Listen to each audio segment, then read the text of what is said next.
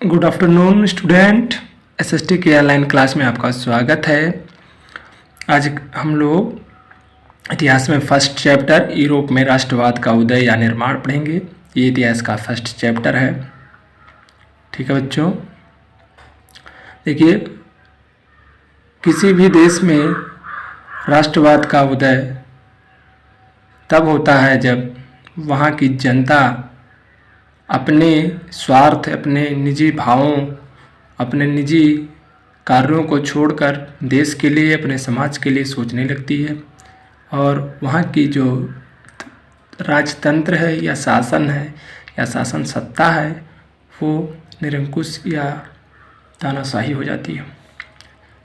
ठीक है, 19वीं शताब्दी के मध्य के पूर्व में जो हम लोग यूरोपीय देश के बारे में पढ़ रहे थे या जान रहे थे वो आज जैसे थे। यूरोप के विभिन्न क्षेत्रों में पर जो था वो वंशानुगत राजाओं का राज्य था। ये सभी राजनीतिक शासक थे और इनका अपनी जनता पर पूर्ण नियंत्रण था। इस काल में सबसे ज़्यादा जो अच्छी बातें हुई वह यह हुआ कि विज्ञान के क्षेत्र में बहुत सारे सुधार, बहुत सारे नए आविष्कारों की खोज हुई और जिसके कारण समाज में बदलाव आए।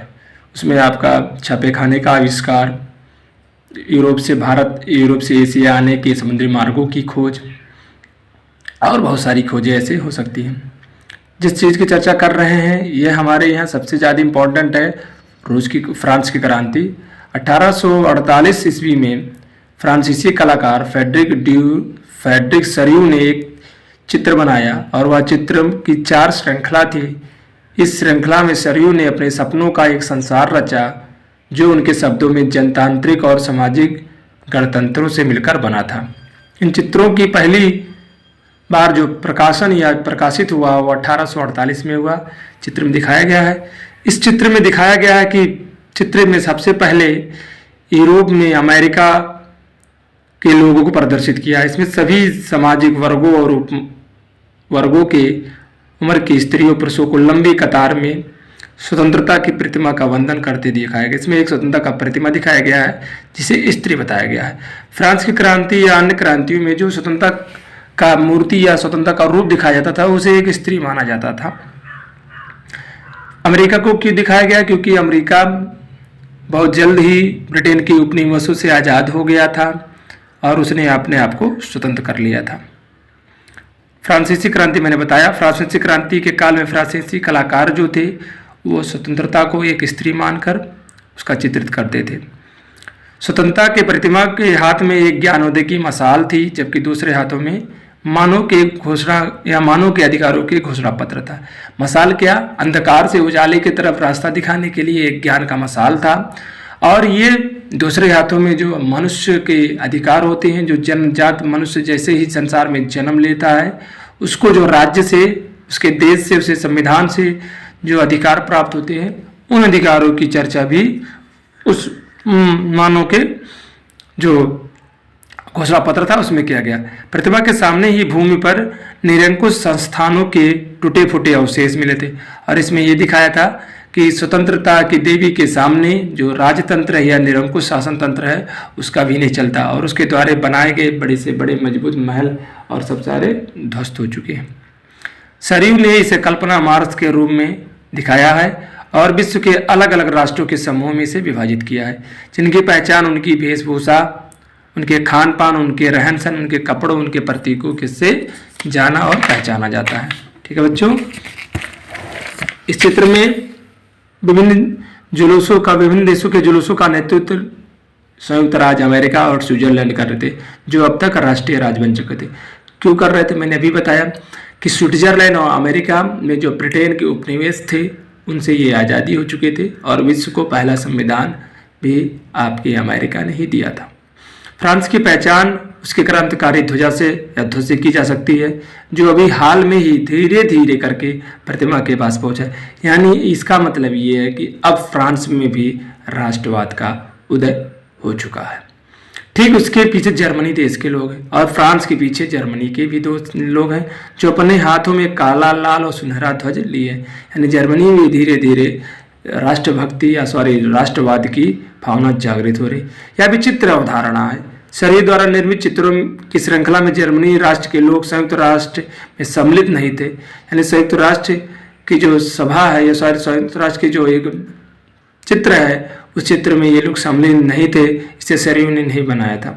जो तो जर्मनी के लोग लिए हैं वह 1848 में उदारवादियों की अभिव्यक्ति है, लेकिन इसके उलट जर्मनवादियों की जो जर्मनी के लोगों की जो झंडा है उसमें क्या है, उदारवादियों के लिए जगह है, जिसमें सभी जर्मन भाषी रियासतों को एक लोकतांत्रिक या प्रजातांत्रिक संविधान के अंतर्गत एक राष्ट्र के रूप में गठित करने की इच्छा है। और उसमें क्या दिखाया गया है कि जर्मन के जितने भी छोटे छोटे राज्य हैं वो सभी राज्य एक होकर प्रजातांत्रिक या जनतांत्रिक या गणतंत्र के रूप में मिलकर काम करने के इच्छुक है। चित्रों की श्रृंखला में जर्मनी के लोगों के बाद ऑस्ट्रिया, 2 सेलेसियो के राजशाही, लंबार्डी, पोलैंड, इंग्लैंड, आयरलैंड और हंगरी और रूस के राष्ट्र भी बसते, यानी पीछे धीरे धीरे लंबी कतारें लगी हुई हैं जिन जिन देशों में धीरे धीरे राष्ट्रवाद का उदय हो रहा है। दूसरी ओर चित्र के ऊपर स्वर्ग में दिखाया गया है, जिसमें स्वर्ग से यह दिखाया गया है कि ईसा मसीह उस पर नज़र रखे हुए हैं। संत और फरिश्ते भी इस दृश्य में अपना नज़र गड़ाए हुए हैं। चित्र के अनुसार ये सभी विश्व राष्ट्र के मध्य भाईचारे का प्रतीक, ये सारी जो चीजें बातें की गई हैं उस किसका प्रतीक है, भाईचारे का प्रतीक है। इस अध्याय में कुछ ऐसे तथ्यों का अध्ययन किया जाएगा जिनकी काल्पनिक अभिव्यक्ति फ्रेडरिक शरीव ने चित्रों की श्रृंखला में की है। 19वीं शताब्दी के दौरान यूरोप में राष्ट्रवाद का उदय हुआ, जिससे यूरोप के लोगों में राजनीतिक और मानसिक जगत में क्या हुआ, काफ़ी बदलाव आया। इन बदलावों में से अंततः यूरोप से बहुराष्ट्रीय जो वंशीय साम्राज्य का पतन हो चुका था, यानी जो जन्मजात सत्ता को या देवी सत्ता को मानते थे या वंशानुगत सत्ता को मानते थे, निरंकुश थे, धीरे धीरे उनका पतन होने लगा था। यूरोप में राष्ट्र राज्य का उदय होने था, यानी अब एक राष्ट्र की बात होने लगी थी। यूरोप में लंबे समय से ऐसे आधुनिक राज्य की गतिविधियों विचार विकसित हो रहे थे, यानी धीरे धीरे बातें ये समाज में विकसित हो रही थी, जिससे स्पष्ट रूप से प्रजातांत्रिक क्षेत्रों या लोगों पर शासकों की प्रभुसत्ता केंद्रित थी। यानी जो प्राचीन काल से शासन की बागडोर राजाओं के हाथों में या लोगों के हाथों में चली आ रही थी, उस प्रभुसत्ता का अब लोग विरोध कर रहे थे। लेकिन राष्ट्र राज्य के निर्माण में न केवल शासकों अपितु प्रजा की में एक साझा पहचान का भाव और सच्चा इतिहास का विरासत की भावना का उदय हुआ था। ये जो उदय हुआ था वो किसके कारण हुआ था? ये केवल अनंत काल से नहीं बल्कि इनके भावनाओं में संघर्ष जो इन जनता ने किया था, शासकों और प्रजा की सरगर्मी आंदोलन के से निर्मित हुआ। यानी जो परिवर्तन दिख रहा है लोगों में या राजतंत्र में, ये राजा के शासन में, वो प्राचीन काल का विषय नहीं है। वो वर्तमान में जो जनता ने संघर्ष किया है, जो राजाओं और राजतंत्र के खिलाफ आंदोलन किया है, उसी का नतीजा है। ठीक है, इस अध्याय में उन सभी कारणों और विविध प्रक्रियाओं पर प्रकाश डालेंगे हम लोग, जिनके द्वारा 19वीं शताब्दी के यूरोप में राष्ट्र राज्य या राष्ट्रवाद का उदय हुआ। अगला हम लोग का जो टॉपिक है वो है फ्रांसीसी क्रांति और राष्ट्र का विचार। 1789 ईस्वी में फ्रांस एक ऐसा राज्य था जिस पे संपूर्ण भूभाग पे क्या था, निरंकुश राज्य था। लुई 15वें के मरने के बाद उसका पुत्र लुई 16वां शासक बना। जब लुई 16वां फ्रांस का शासक बना तो उस समय जो वर्साय का राजकोष था या खजाना था वो पूरा खाली हो चुका था। उसका सबसे बड़ा कारण कि लुई 15वें और उसके सब जो कुलीन और पादरी वर्ग थे वो बहुत ही बड़ी मात्रा में भोग विलास और आलस्य या कह सकते हैं अत्यधिक खर्च करने वाले थे। ठीक है, जिसके कारण राजकोष खाली हुआ था। राष्ट्रवाद की पहली अवधि 1789 में फ्रांसीसी क्रांति के साथ प्रारंभ हुई थी।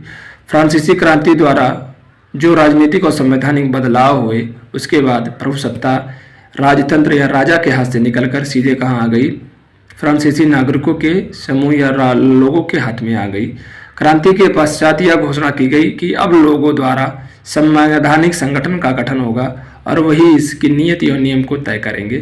क्रांति के पश्चात फ्रांसीसी क्रांतिकारियों ने सर्वप्रथम यह नीति और नियम बनाया, जिससे फ्रांसीसी लोगों में एक सामूहिक पहचान की भावना विकसित की गई संविधान के अंतर्गत संयुक्त समुदाय के विचारों पर दी होगी। अब ये किसी एक की नहीं, यानी जमीन पर और अन्य जो प्राकृतिक वस्तुएं हैं उन पर सभी का अधिकार रहेगा। पितृभूमि यानी पिता की सत्ता माना जाएगा और नागरिकों के लिए बात रखी जाएगी। इसके बाद फ्रांस के राष्ट्र के लिए, फ्रांस के लिए एक झंडा का तैयार किया जाएगा जो पहले के राष्ट्रीय ध्वज की जगह लेगी।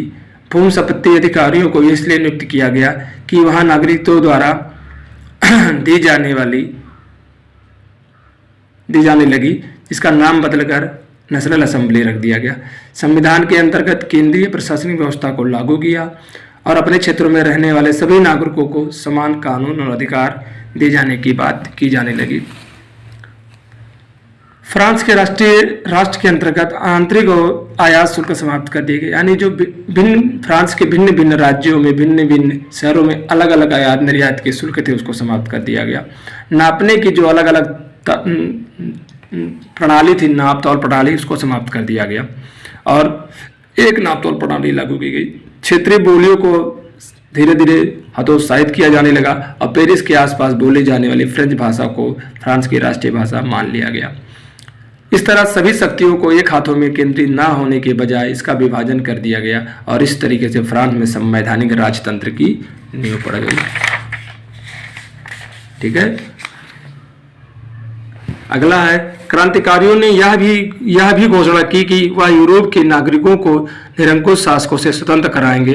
दूसरे शब्दों में फ्रांस यूरोपीय अन्य नागरिकों को राष्ट्र में संगठित होने में सहायता करेगा। यानी फ्रांस की जो क्रांति थी वो विश्व की क्रांति या विश्व के लिए एक आदर्श साबित हुई। जब फ्रांस की घटनाओं की खबरें यूरोप के अन्य देशों या शहरों में पहुंची तो वहां के छात्रों और शिक्षित मध्यम वर्गों के सदस्यों और जैकबुन क्लबों की स्थापना होने लगी।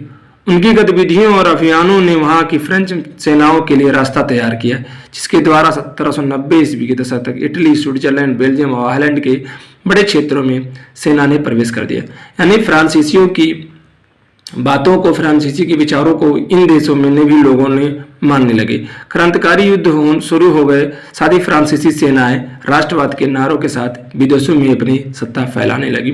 फ्रांस की शक्ति को फिर से विश्व स्तरीय देने वाला शासक नेपोलियन था, जिसके द्वारा फ्रांस में फिर से निरंकुश शासन की स्थापना हुई।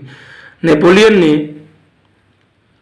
फ्रांस की कार्यपालिका डायरेक्टरी को कमजोर राजनीति का फायदा उठाकर फ्रांस की सत्ता हासिल कर ली। नेपोलियन द्वारा फ्रांस में राजतंत्र वापस लाकर वहां के प्रजातंत्र को नष्ट कर दिया गया और प्रशासनिक क्षेत्रों में काफी सुधार किया। नेपोलियन ने प्रशासनिक क्षेत्रों में क्रांतिकारी सिद्धांतों का समावेश किया। फ्रांस के नागरिकों के लिए 1804 में उसने नागरिक संहिता कानून, जिसे नेपोलियन संहिता या कोड के नाम से जाना जाता है, उसका निर्माण कराया। यह नेपोलियन संहिता के नाम से भी जानी जाती है। नागरिक संहिता में जो सुधार किए गए वो निम्नलिखित थे। शहरों क्या सुधार थे, देखिए, शहरों में नागरिकों के श्रमिक श्रेणियों को नियंत्रित करने के लिए समाप्त कर दिया गया, यानी जो संघ थे उसको समाप्त किया। इस संहिता के अंतर्गत यातायात और संचार व्यवस्थाओं का सुधार किया गया। इस संहिता के अंतर्गत पूरे देश में एक समान कानून व्यवस्था, नापतोल की समान पैमानों की व्यवस्था, जो फ्रांस में पहले नहीं था। पहले अलग अलग राज्यों में अलग अलग था। फ्रांस में जन्म पर आधारित सभी विशेषाधिकार समाप्त कर दिए गए तथा संहिता में समस्त कानूनों को समक्ष समान माना गया और जो कुलीन वर्ग, पादरी वर्ग को जन्मजात विशेष अधिकार थे उसको समाप्त कर दिया गया और सभी को कानून की नज़र में एक माना गया। संहिता में संपत्ति की सुरक्षा का अधिकार सबको दिया गया, यानी जिसके पास जो संपत्ति है वह उसका हक है, उसका हक या उसका अधिकार है। इस संहिता को अपने अधीन सभी उपनिवेशों पर भी समानता से लागू किया, जिसमें हॉलैंड, इंग्लैंड, जर्मनी और स्विट्जरलैंड राज्य थे। इन संहिता द्वारा किसानों को भूदास्ता, यानी जो किसान बंधुआ मजदूरी अपने करते थे उनको भी मुक्त किया गया और जागीरदारों के शुल्कों से भी मुक्ति दिलाई गई। ठीक है ना, आगे हम लोग इसको अगले वीडियो में पढ़ेंगे। ठीक है ना।